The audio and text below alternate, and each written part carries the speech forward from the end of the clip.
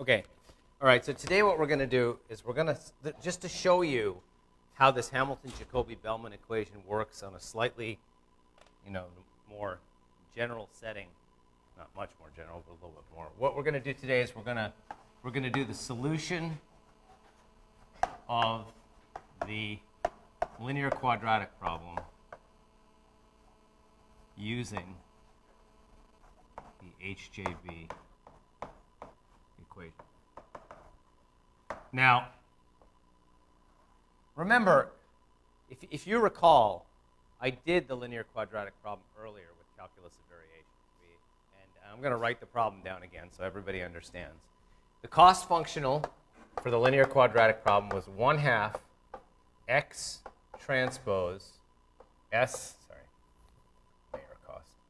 x transpose of TF SF x at TF plus the integral, there's a 1/2 in there, 1/2 the integral from T0 to TF of x transpose QX plus U transpose RU dt. And the dynamics were x dot equals AX plus BU. And the initial condition is x at T0 is equal to x0. Now, if you remember, I made the restrictions that Q is a positive semi-definite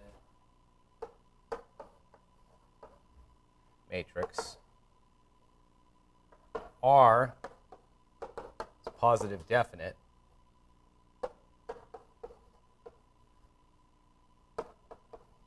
And Q and R are both symmetric.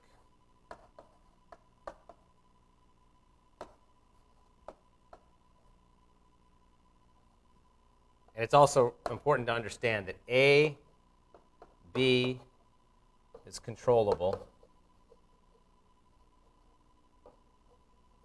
and A, Q is observable, and all matrices are functions of time.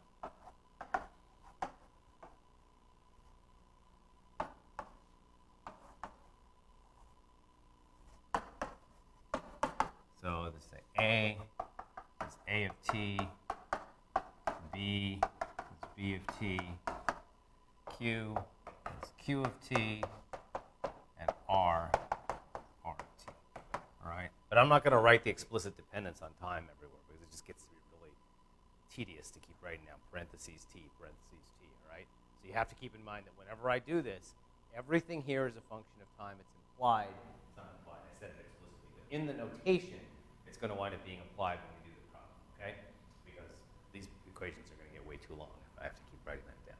So how do we do this? Well, the way we do this is we kind of start the same way that we do with when we're doing calculus of variations, except for there's one difference, is that we start with the Hamiltonian.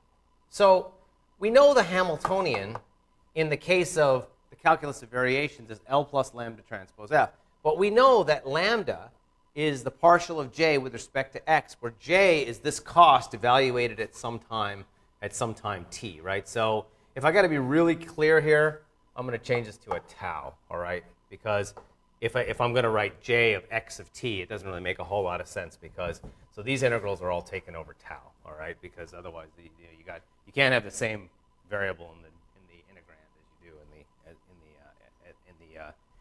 in the endpoint of the integral. So if you do the Hamiltonian is equal to L, which in this case is 1/2 x transpose QX plus U transpose RU, and then plus JX transpose times AX plus U.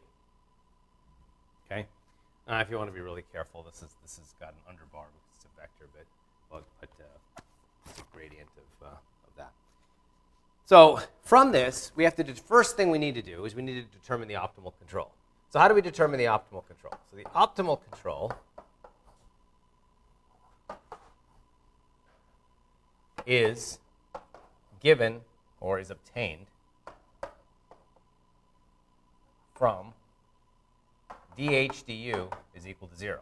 So if I take the partial of h with respect to u, what do I get?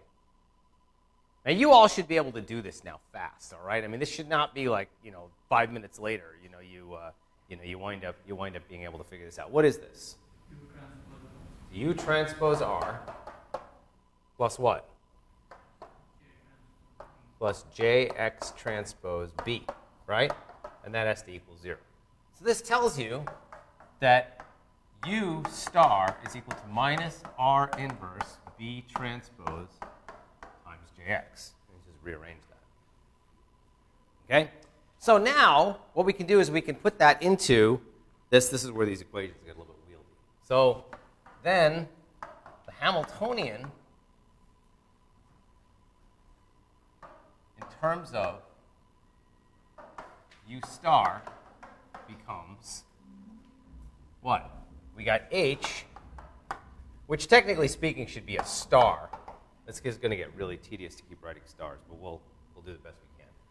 1/2 X star transpose QX star plus 1/2 U star, well, I've got to substitute in. So I've got JX transpose, there's a star here, times B R inverse B transpose times JX star plus JX star transpose times AX minus JX star transpose, there's a star here, and B R inverse B transpose times JX star. And this whole thing simplifies to 1/2 X star transpose QX star minus 1/2 JX star transpose B R inverse B transpose JX star plus JX star transpose times AX star.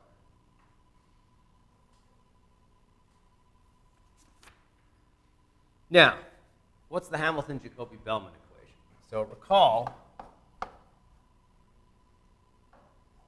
that the Hamilton-Jacobi-Bellman equation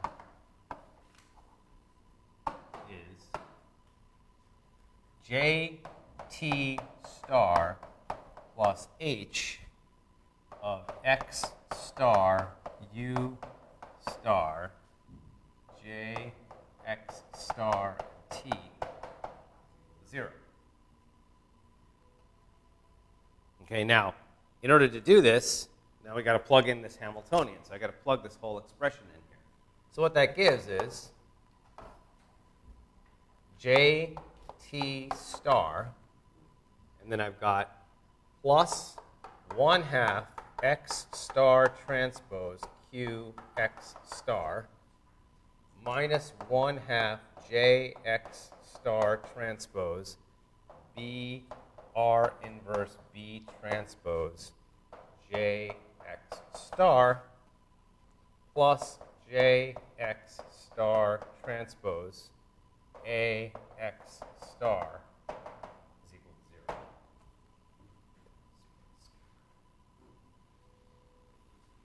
Okay. Now, what's the boundary condition? So we know that J star evaluated at X at TF and TF is equal to 1/2 X star transpose SF times X star, right? So that's the boundary condition, right? This is the boundary condition. Everyone okay with that? So this is the boundary condition.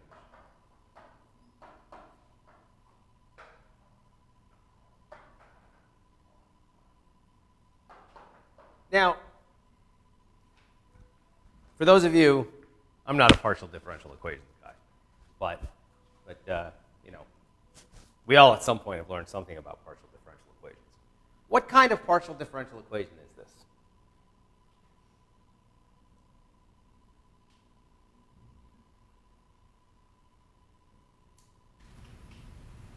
See, the thing, I've never actually taught like a formal math course, like an undergraduate and engineering analysis course or a graduate engineering analysis course. But if I was going to teach a class like that, and maybe someday I will, I would not do it algebraically. Because what you guys learn when you learn math is you learn how to plow, right? I give you a shovel and you start plowing. Most math courses don't really teach you that much about how to think. They don't teach you the structure of what is going on. They say, do this, do that, you'll get an answer. Well, that's great. You don't need to think if somebody's just going to give you a procedure and just say, do this, right? When you think about something, you have to understand, well, there's a structure. In this case, the structure is actually pretty simple.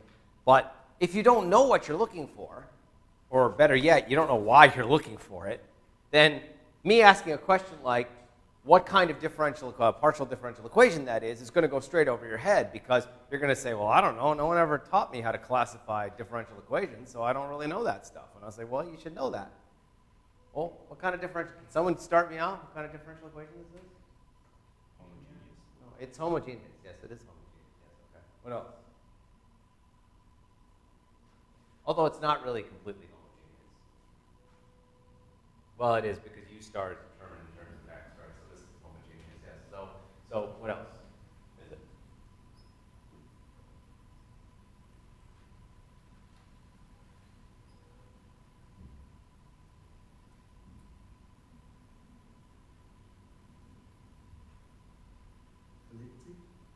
No, I'm not getting into that level of detail.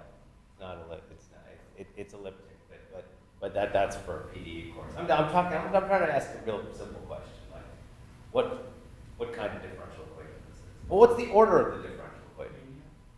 It's not linear. What's the order of the differential equation? What's that? How many derivatives are in this equation?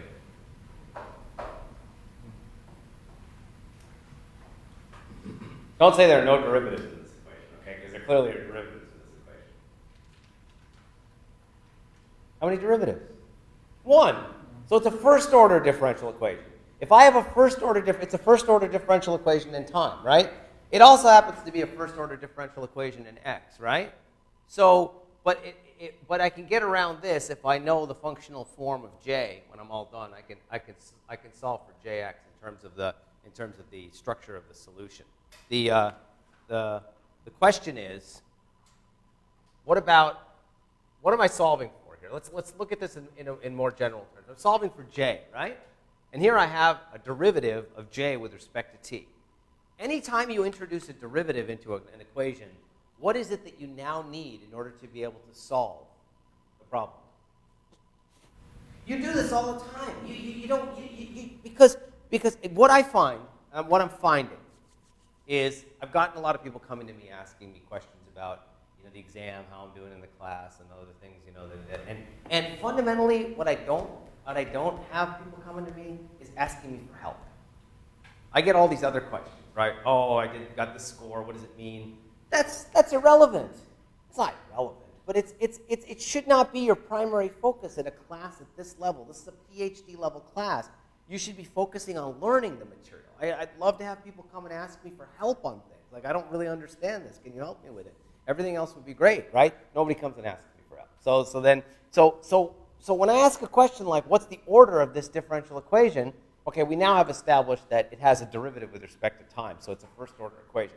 Anytime I have a derivative in an equation of a particular order, what is it that I now need in order to be able to solve the equation? You need a boundary condition of some kind, right? So I have a derivative with respect to time here, right? So I need a condition somewhere. It doesn't have to be an initial condition, but it has to be some kind of condition, right? It can be an initial condition. It can be a terminal condition. I need to know the value of the function somewhere in order to be able to do it. Think about it. I mean, it makes perfect sense. What do you know about derivatives?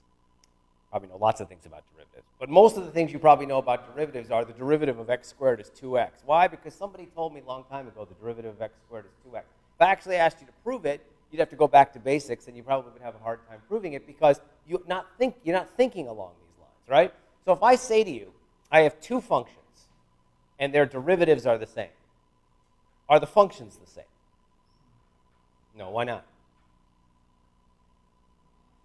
They differ by a constant. They can differ by a constant, right? What is that constant? It's a boundary condition of some kind, right? It may not be a boundary condition. It's a condition on the function somewhere, right? Somewhere in the interval over which I'm interested in looking at this function, I need to know its value somewhere. Otherwise, I cannot then take the derivative and integrate it and get back the function, right? Because I need to know that constant. That constant comes from the value, right? This is actually very simple. But if you've never actually been taught it in a way that's that explicit, you lose the message. You're throwing the baby out with the bathwater. You don't know what's important. You know, you've lost sight of the thing that's important. So what have I done here? I've constructed a partial differential equation here, right?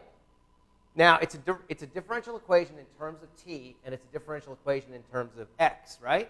So I have, how many boundary conditions do I have? How many do I have? I have one. Right? This is my only boundary condition, right? I know the value of j at the final time, right? Because the value of j at the final time on the optimal solution is this thing evaluated at the optimal solution. That's the boundary condition I have. But I have another derivative in here. I have a derivative with respect to x. How am I going to deal with that? Well, the way we deal with this, you have to figure out, you have to put a constraint on this of some kind. Because if you don't put a constraint on this, you'll never be able to do this problem because you've got a derivative with respect to time and a derivative with respect to x. So technically speaking, I need something else in order to be able to do this, right? So what we do is say, suppose, because this is the form of the cost when I evaluate this at TF, I get this Mayer cost. So that means that suppose we assume a solution of the form j star of x star of t and t is equal to 1/2 x star transpose of t times s of t times x star of t. I'm putting that in explicitly this time because I want everyone to see it. Because I'm evaluating this at t. Right? Now what happens if I take j star x? What do I get?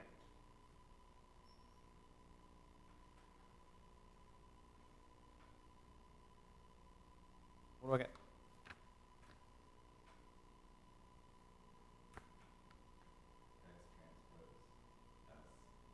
You get x star transpose times s, right?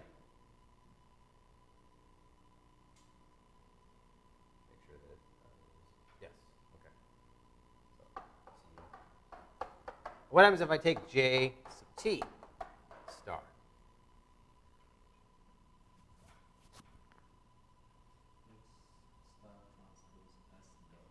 Yeah, I get 1/2 x star transpose s dot times x star. Now note, I'm taking the partial derivative with respect to time, which means I'm only taking the derivative with respect to quantities that are explicit functions of time. I don't know what x is, right? S is an explicit function of time, so I'm taking the derivative, so I get this thing right here.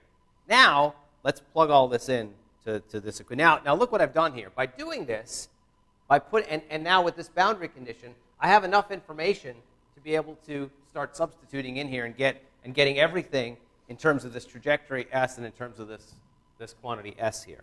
So what you get is the following.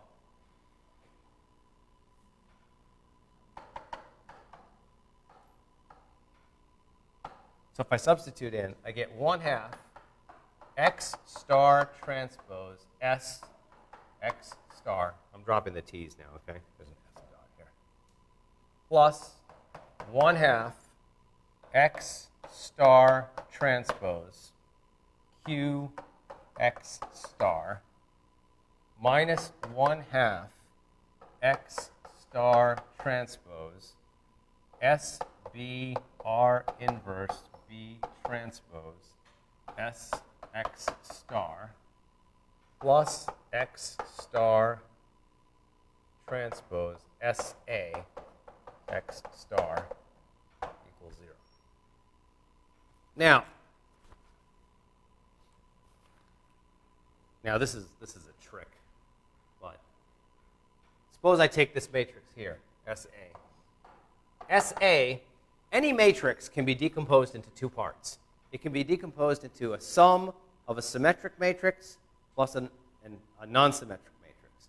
So what we do is we decompose it this way, into SA minus SA transpose, and then plus 1/2 SA minus SA transpose. If you actually do this, you actually will get this plus this is equal to SA, because you can see that. This is the symmetric part, this is the non-symmetric part. So if I substitute that whole thing in, if I replace SA with that expression, what you get is you get 1/2 X star transpose S dot X star plus 1/2 X star transpose Q X star minus 1/2 X star transpose S B R inverse B transpose X star plus 1/2 X star transpose SA X star plus 1/2 X star transpose A transpose S X star is equal to 0.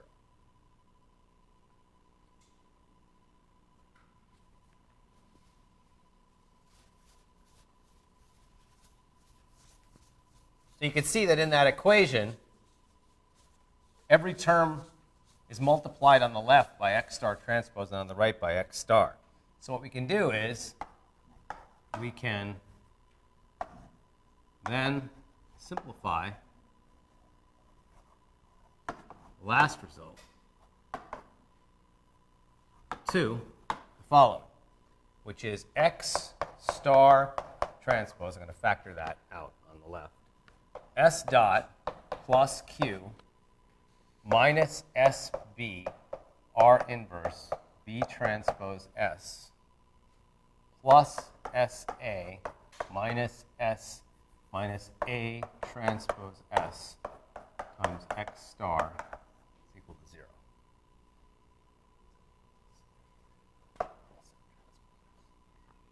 So now what I have is I have something that equals 0.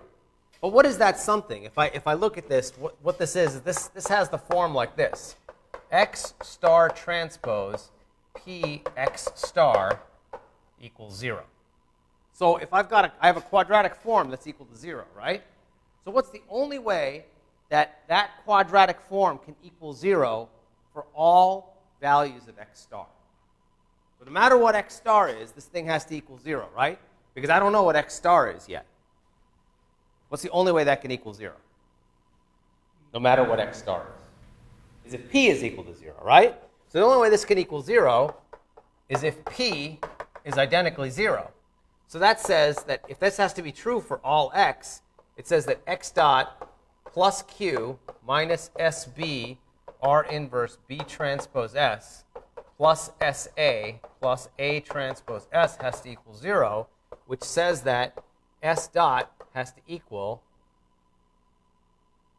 minus SA minus A transpose S plus SB R inverse B transpose S minus Q. What equation is that? What's that?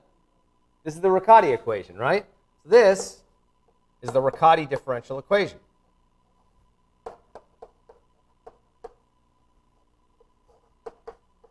How about that? Kind of cool, huh? It says that the solution to the LQR problem is obtained by solving the Riccati differential equation. You knew that already, right? Because we derived it once, right? So all I'm doing is just going through the same result. I'm obtaining the same result, but this time I'm doing it through the Hamilton-Jacobi-Bellman equation. But in order to be able to do this now, in order to solve this Riccati equation, I need a boundary condition. Where am I going to get the boundary condition from?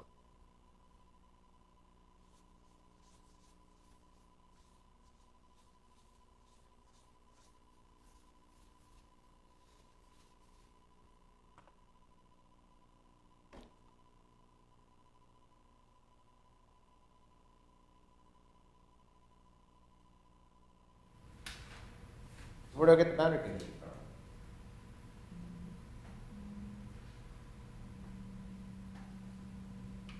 I can't integrate that without a boundary condition, right?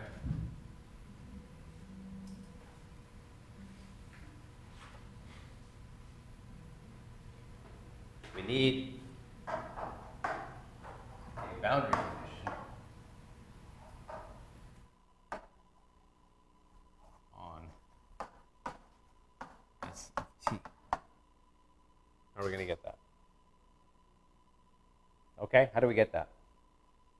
We know that J star of x of tf and tf has to equal 1/2 x star transpose s at tf times x star, these are all evaluated at tf. But that has to equal 1/2 x star transpose at tf times sf times x star at tf, because that's the cost at the end, right? That's the Mayer cost at the end. And again, the only way this can be true, if I, formally, you have to be very careful, okay? This is something it's important just for like future sort of endeavors, which is you cannot from this expression say that s at tf equals sf. You can't do that. What you can do is you can do this. You can say that 1/2, you can drop the 1/2 if you want to. X star transpose at tf times s at tf minus sf times x star at tf has to equal 0. And then you're back in that situation over there, which is that this has to be true no matter what the value of x star at tf is, right? So the only way that can be true is if this thing is equal to 0. It's really important that you know that, because when you say that two things are 0, or when something is 0 and you got a product of things, you have to bring everything to one side, and you have to set the whole expression to 0 in order to be able to do this. I mean, you can't, because if I say like a times x is equal to 0, it does not necessarily mean that x is equal to 0. It means either x is 0 or a is 0, right? It doesn't say that one of them is necessarily 0. If you know the other one's not 0, or if I say that ax has to equal 0 for all values of a, then the only way that can be true is if x is equal to 0, right? So that's what you get here. So this says that s at tf has to equal sf. So there's the boundary condition.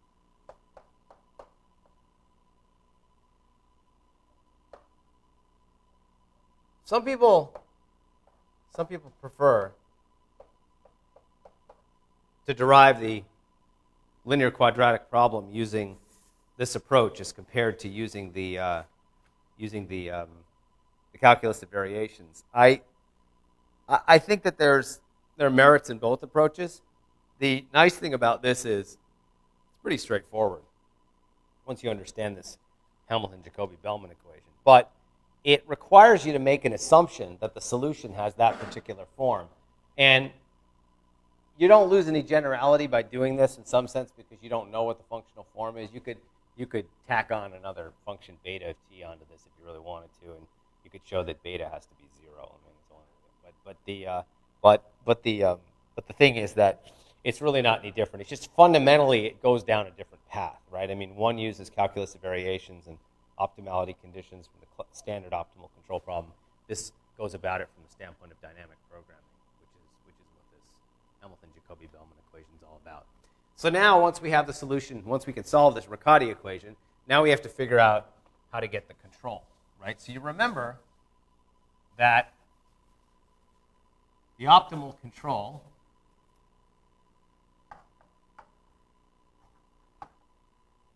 U star is given as U star of t is equal to minus R inverse B transpose times J x star, right? Type that in.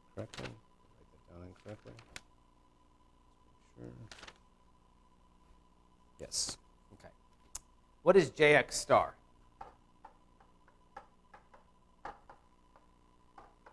We have this from over here, right? It's 1/2 x star transpose JT. That way. So x star transpose times s. So if you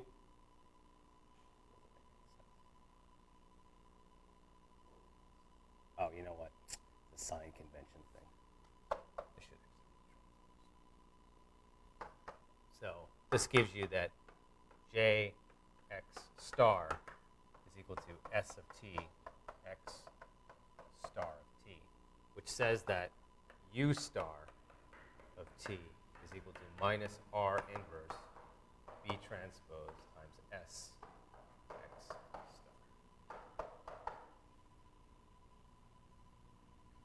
So that's the same feedback law that you would have gotten had you done this whole thing with calculus of variations.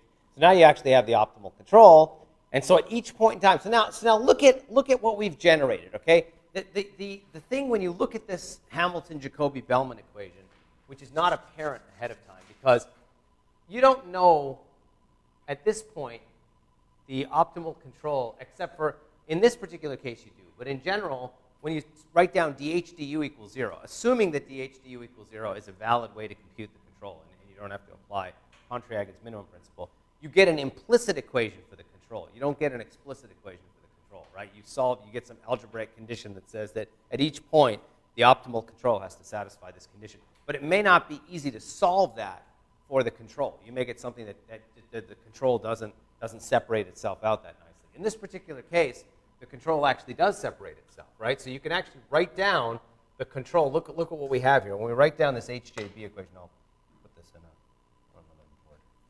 I'm not going to use that board. I'll use this board over here. So because U star is equal to minus R inverse B transpose times J x star transpose, what we get is that the Hamilton-Jacobi-Bellman equation reduces to this. X star minus R inverse B transpose J x star, and then J x star t. So if you look, in this particular case, because the control, the optimal control condition leads to something that it leads to an expression that can be solved in terms of the derivative of j with respect to x, this argument here, which normally would contain the control, actually now is a function of j sub x. It's a function of the partial derivative of j with respect to x. So we've generated a feedback law here, right? Because it says that at each step in time, we can solve for this as a function of the state. Because if I know the functional form of j, I know partial of j with respect to x, so that means I have something that's a function of the state. Because remember that j is a function of x of t and t. And if I'm going to be really explicit, put a star on all these things. You'll see that, j itself is obtained from the value of the state and time at each point along the trajectory, right? So this is going to be computed based on the current value of the state. Wherever I am, I'm computing j based on that value of the state. That's the cost to go, right? So what this says is it says that at each point, if I know that j is a function only of the state and time, this generates for me a feedback law, right? Because now I have the ability to get it as a function of the state at each point in time. So basically what the HJP equation does is it puts this into the form, in principle, of a feedback law. Now, in the case of a linear quadratic problem, all of this can be solved explicitly and everything works out really nicely. In the case of a general nonlinear problem, this does not work out quite so simply. You have more work to do because you can't solve this equation analytically. Now, there's an issue that has come up many, many times in optimal control, which is that as the problem becomes more and more complicated, becomes higher and higher dimensional, and becomes nonlinear. This approach suffers from what Richard Bellman used to call the curse of dimensionality. The curse of dimensionality comes from the fact that if you look at this approach, as you add more and more dimensions to this problem, it becomes harder and harder to do this for a general nonlinear problem. For the linear quadratic problem, it stays the same because you get this feedback law, so nothing changes. But in a general nonlinear problem, you now have to solve this. And look, it is actually a partial differential equation in both t and x. So as the dimension of the state increases, I've got a larger dimension of a derivative in the spatial dimension, in the state dimension of the state, right? So as the problem gets bigger, the differential equation becomes bigger and bigger and bigger. It becomes a multidimensional differential equation. It becomes harder and harder to solve. So this becomes very hard in a general case, unlike the linear quadratic problem where it has all this structure. In a general case where you don't have all this structure, to be able to say, aha, here's how I go about solving this problem. So this concept, you can actually look it up. It's in books. It's on the web. It's called the curse of dimensionality. And it's one of the reasons that, one of the problems with using the Bellman equation is that you suffer from this curse of dimensionality. But I hope that this lecture gives everybody, see, it's not that I'm against doing examples. I like doing examples. But what I don't want is I don't want an example to replace other things, right? I don't want you to expect that now that you've solved 5 problems, you know how to solve every optimal control problem that there is, because the truth is that you don't, okay? I mean, nobody knows how to do this. I don't know how to do this, okay? It's not me, it's the subject, okay? I can take this problem that I've just done, this linear quadratic problem, and if I perturb it ever so slightly so that it's no longer a linear quadratic problem, this whole thing breaks down. The structure of the subject is based on the problem that you're solving. The structure of what you can do is based on the problem that you're solving. It's not, this is a very problem-dependent subject. It's unfortunate. The theory is this nice flowery theory with calculus and variations, and you say, oh, wow, that's really cool. I get the first variation in this augmented cost functional, everything goes to 0, and I get all these great conditions. That doesn't tell you how to go about solving a particular problem. It tells you when you are at an optimal solution, this is what needs to be true, right? It's a necessary condition. It's not a sufficient condition, right? It doesn't go about giving you a procedure to solve it. And what I don't want people to leave this class with is feeling that in some ways you feel like, I didn't really learn how to actually find solutions. And I'm like, well, that's because most problems don't have easy solutions. It's not because I don't want to show you how to solve problems. It's a very specific cases you can solve problems. Most cases you can't solve a problem. You have to go about doing it numerically, which is why we spent all that time doing numerical methods. But now I'm going down a slightly different path here. I'm going down the path of dynamic programming. And what we're going to get into a little bit as the last part of this class is discrete dynamic programming, because I want to show you multiple stage systems where you actually have things that happen in discrete steps. And it's not going to be continuous like this Hamilton-Jacobi-Bellman equation, but it will still have the same flavor where you're solving from where you are to the end to always get the solution. Okay, so I'm going to stop with that today because this is a pretty closed lecture. I mean, by the time we're done with this problem is done. But hopefully, you understand a little bit about how to use the Hamilton-Jacobi-Bellman equation from this lecture. Okay, all right. So we'll pick this up on Friday, and we're going to do some more